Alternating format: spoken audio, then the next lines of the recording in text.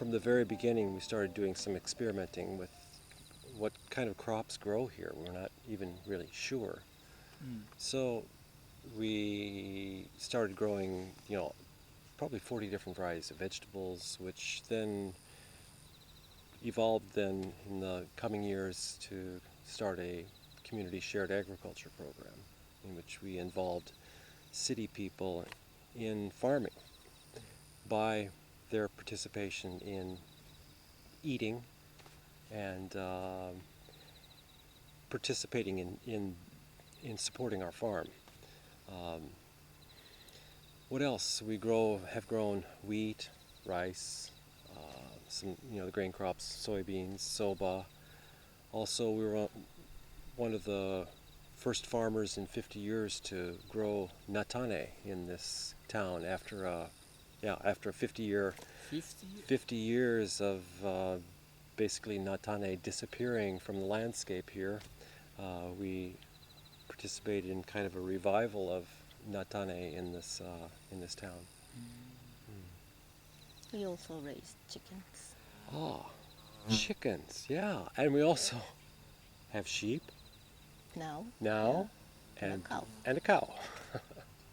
私たちはもう95年に始めてからずっとやっぱり食べる人たちに直接野菜とかお米とか届けてきていたので CSA ですよね。そうですね、そうなんです。なのでやっぱりその人たちの健康とか、そしてずっと一緒に食べ続けるために土も健康でっていうことで有機農業をやってきたんですけれども、いろいろやっぱり難しさもあって、例えばぼかし肥料をたくさん鶏粉で発酵させて作ってたくさん畑に入れるとか、とにかく手作業とか労働も多いし、そして土も何かちょっと思うようなふかふかの土っていうよりはなんていうかやっぱり苦労する部分もあって、絶えず模索してたんですよね、より良いやり方を。でそういう時に4年前の冬にフランスからピエールさんっていう農家の方が泊まりに来た時、彼が実践してる農業のやり方をもう写真とかも見せてくださってお話を聞いた時、もう本当にこれだなっていう感覚があったんですよ。でちょうど同じ時期にレイさんもアメリカの友人からDirt to Soil っていうゲイ・ブラウンっていう方が書いた本をプレゼントされて、それが同じやり方でその大地再生農業だったんですよね。なるほど、はい、その Dirt Soil だから泥から土へっていうかね、そういう本ですけども、それが最近日本にも訳されたなんだっけ、土を育てるっていう本になって、この5月6月に出版された、本ですね。はいはい、そうなんです。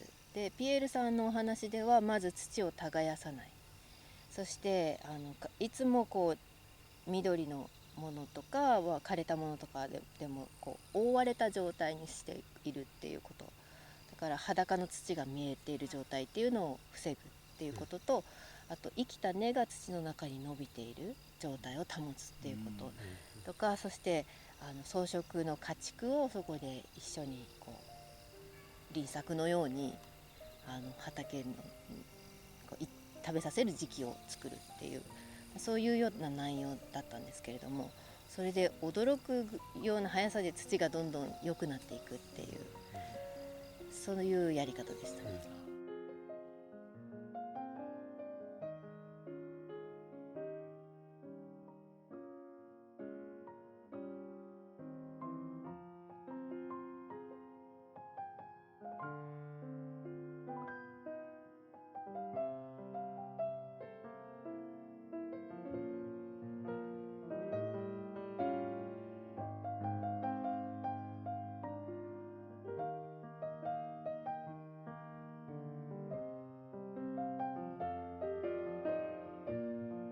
After reading Gabe Brown's book, I think one of the things that really struck me is how his ideas are not original.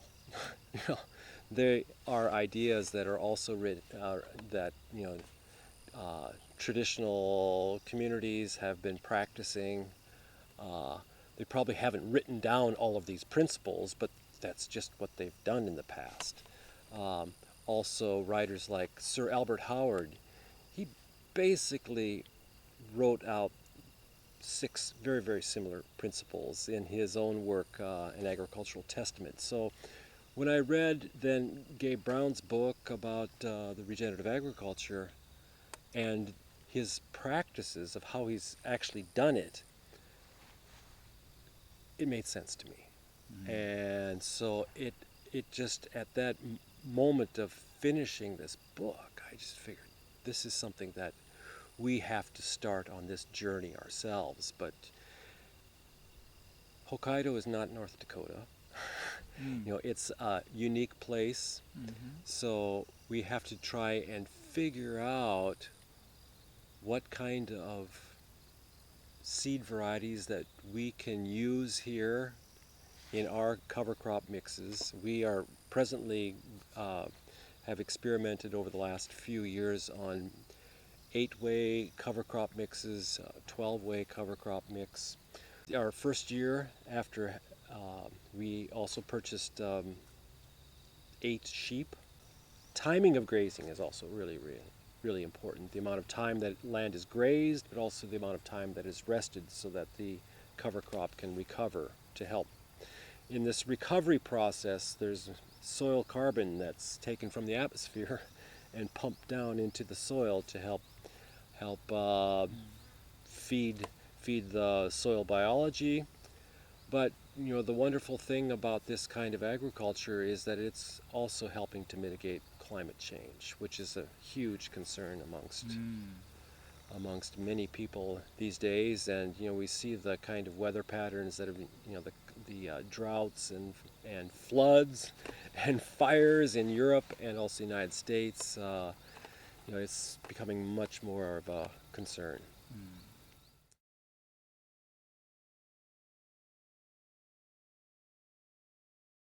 There's 6 basic guiding principles of regenerative agriculture. Okay. And the first principle is knowing your context, knowing your climate, knowing what crops are capable of growing and thriving in your particular location, knowing what kind of market availability there is, you know, knowing yourself. You know, what are the values that you bring to the farm, and what is it that you personally want to do as a farmer on your place? Why you want? Why you want to farm? Yeah. You know, so knowing your context. Okay, that's one.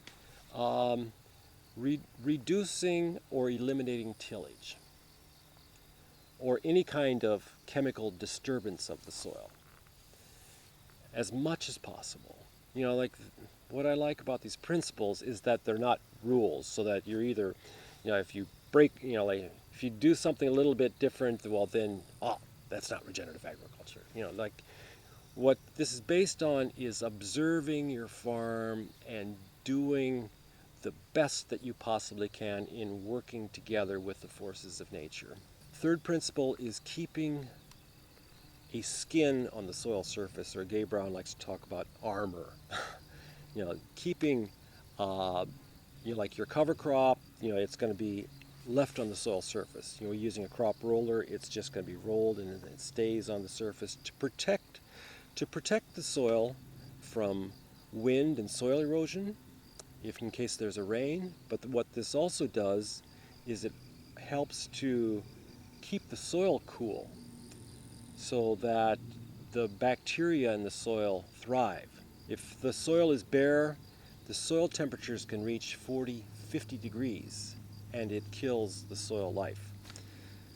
It also prevents evaporation, so that, you know, in dry times, in times of drought, you're not going to have as much water loss from your soils. So that principle, third principle of armoring the soil is important for many reasons. Fourth one is keeping living roots in the soil as long as you can throughout the growing season. So if you take a look at our farm, there's not Is there any bare soil? There's none. Everything is green. So in July, after our wheat crop is harvested, as soon as we possibly could, we planted a cover crop, a fall cover crop that has the potential of both being grazed this fall by our sheep, and also there are some biennial plants in there that will come up next spring, early in the spring. So getting the living roots, in the soil, as growing as quickly as possible in the springtime to help build soil carbon and also fix nitrogen and increase the health of the soil. So that was the next principle. So another principle is diversity. Diversity of plants, both plants and animals. There's something, I don't know, it's not magical, but there is something almost magical about having a diverse cover crop in your field. Like most of modern agriculture is focused on growing monocultures of annuals. And when you have a monoculture of annuals, all the plants are competing with one another for the same nutrients, the same soil profile,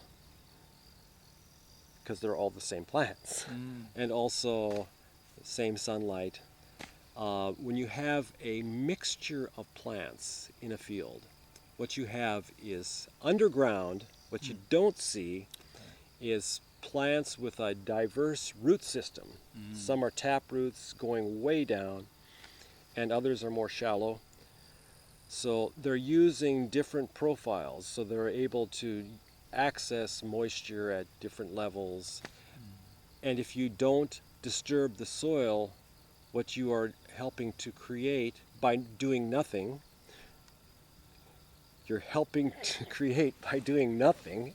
is creating a mycorrhizal fungal network that connects these plants of different species.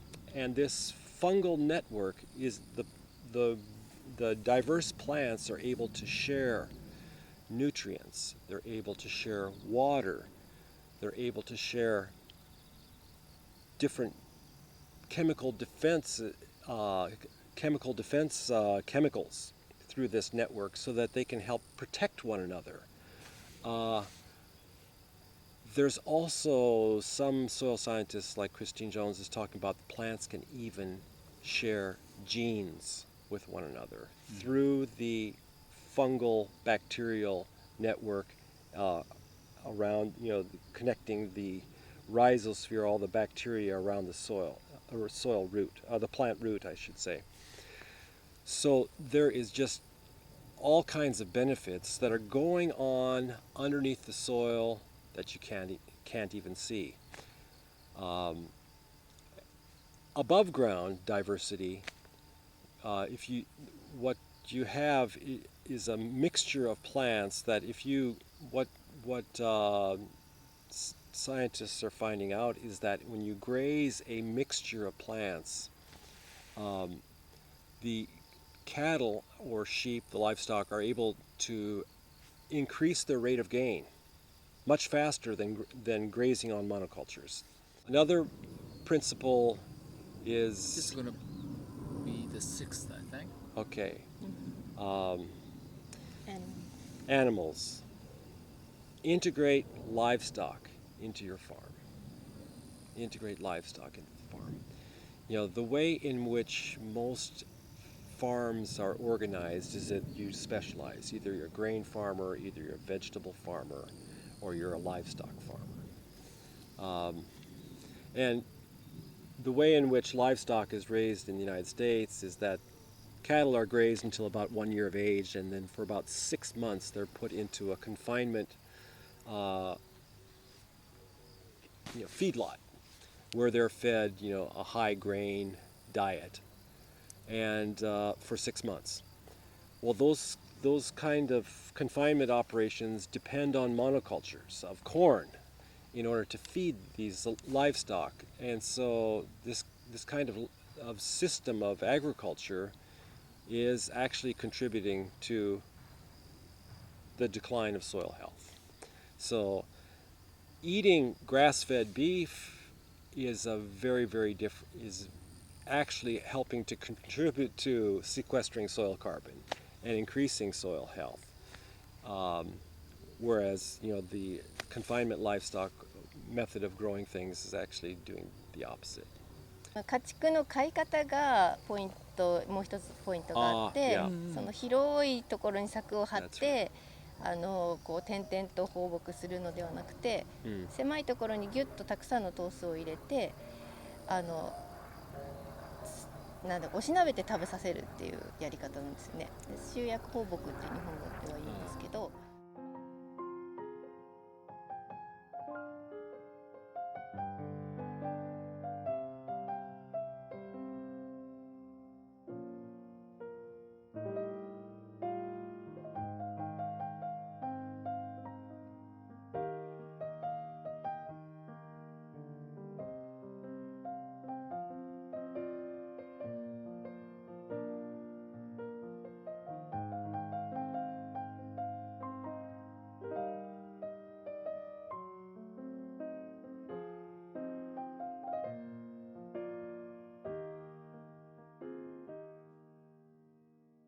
このやり方を聞いた時に、やっぱり本当に自然界ってそういうものだったんだっていう発見がありました。なんかやっぱりこう自然界のあり方に沿っていくというか、そこに戻っていくというか、そういうことかな。そうですね、それが前はなんかもっと弱肉強食とか、雑草は作物の敵だとか害虫っていう呼び方があったりとか、やっぱりこう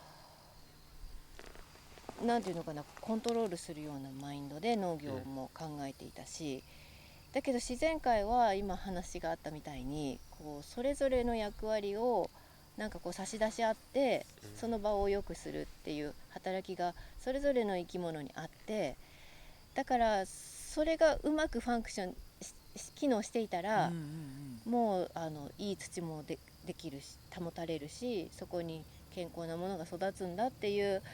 いや、有機農業やってた時もそう思ってたはずなんですけど、なんかガラッと私はなんか世界観というか、そういうのが変えられた気がするんですよね。そうすると人間中心的な脳からこう、もうちょっと自然を模倣するっていうか、自然にこう寄り添っていくというか。そうですね、ただやっぱり農業は作物が一番育ってほしいものなので、それはそうですね。そうなんです。ちょっとエコひいきしちゃうわけですよね、それをね。だから普通に自然界ではじゃあ誰を生かそうとしてみんながこう協力してやってるわけではなくて、みんなが生きられる世界をこう作ってるから、だからそこにちょっと人が、エコひいきしたいところをちょっと手助けしてそれを大きくさせて食べさせてもらってるみたいな、そういう感覚です。なるほど。今度はね、ベネフィッツ、この数年間試行錯誤しながらどんな違いが現れたか、これもちょっと簡単にでいいんですけど、これっていうふうにちょっと挙げてもらいたいんだけど。一番言っていい？どうぞどうぞ。レイさんが笑顔になったことだと思う。もう農業は楽しむものじゃないって、とにかく毎朝リスト作って、で夜ね、楽しめるよそれをチェックする時だけが楽しいって、そういう仕事終わった。それも今年もうそれもうやらなくてもいいです。もう終わり。それが今はその畑とかちょっとやってる、その観察してるのが楽しい。昔会わなくてよかったな俺。そうよ。ため息ついて。benefits. Yeah. It's made. Well, there's just a number of things. Like one, you mentioned that I'm much more. I enjoy farming a lot more. There's actually a little bit. There's more free time. There's more free time because I don't have to spend all this time making bokashi fertilizer and then spreading all this bokashi fertilizer and compost. We're doing that right out in the field, by growing the cover crops. And by not tilling, the plants and the bacteria are what improves soil, not the stuff that we do, like tilling and putting compost on like that is just kind of a temporary kind of short-term fix, but it doesn't solve anything. I see. So knowing that, I feel that we're on a path now where the soil is going to be rejuvenating, regenerating for the long term. I just feel that there's just this sense of satisfaction. I feel that we're on a good road by following these principles of regenerative agriculture. The other thing is, I heard the news this spring, that some farmers cannot even they can't get fertilizer. And also the news is coming out that, next year fertilizer costs are going to be 80% higher and chemicals are going to be 2 to 3 times higher. I don't have to worry about that. We've been on this road now in transition for 3 years. For our upland fields, we don't buy any fertilizer. We don't buy any chemicals. And fuel. And fuel is reduced. The amount of using tractor. It could be a big problem. it can become a big problem. Already Yeah. becoming a problem. Yeah. So, I'm not saying that that that all of the problems have been solved. Like there's still a steep learning curve that needs refining crop rotations and cover crop mixes, having seeds available for cover crops. That's I'm beginning to bump into the obstacles of regenerative farming in Japan. But there's some really promising signs that I just feel in my soul that this is we're on a good path.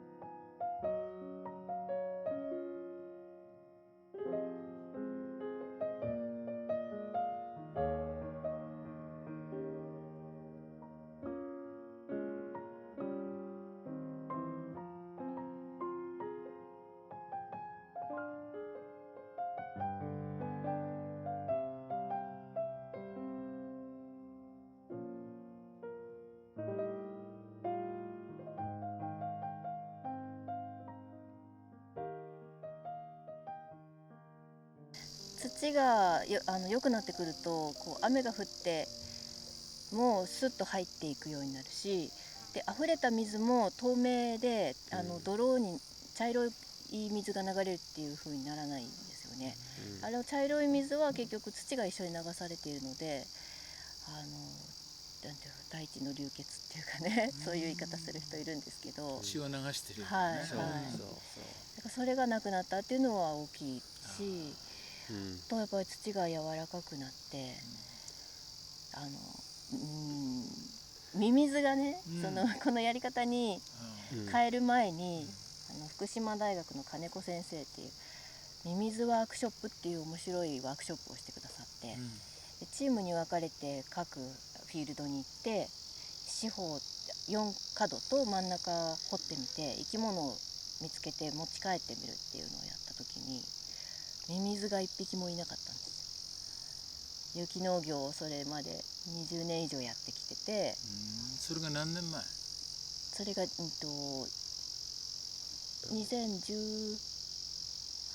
年19年の春か。そんな最近？そうですそうです。今ではもう掘ったら何匹もいます。だからそれはオスと菌類が切断されてしまうっていうでミミズも住みづらい環境。なるほど。時間はどう？増えた？時間は増えたと思うな。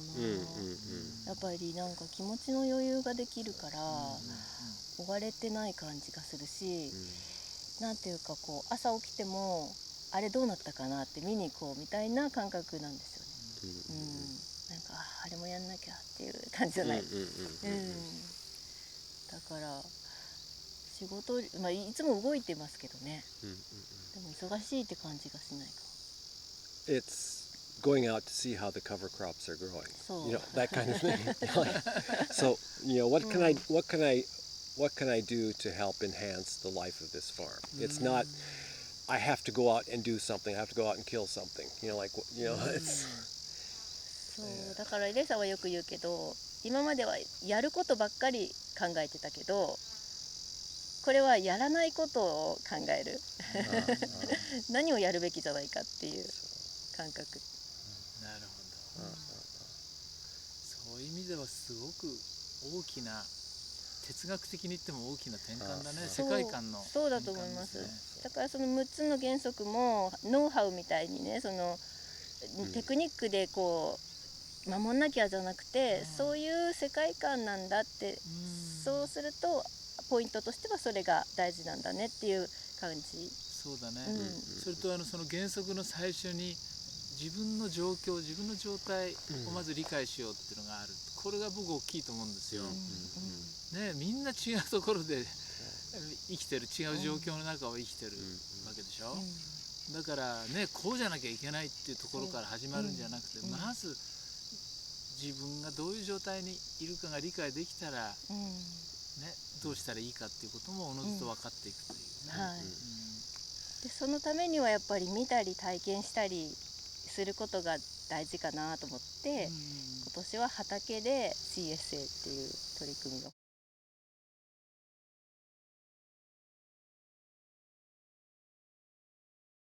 今私たち今年1年目なんですけど、その不耕起で野菜畑に挑戦してます。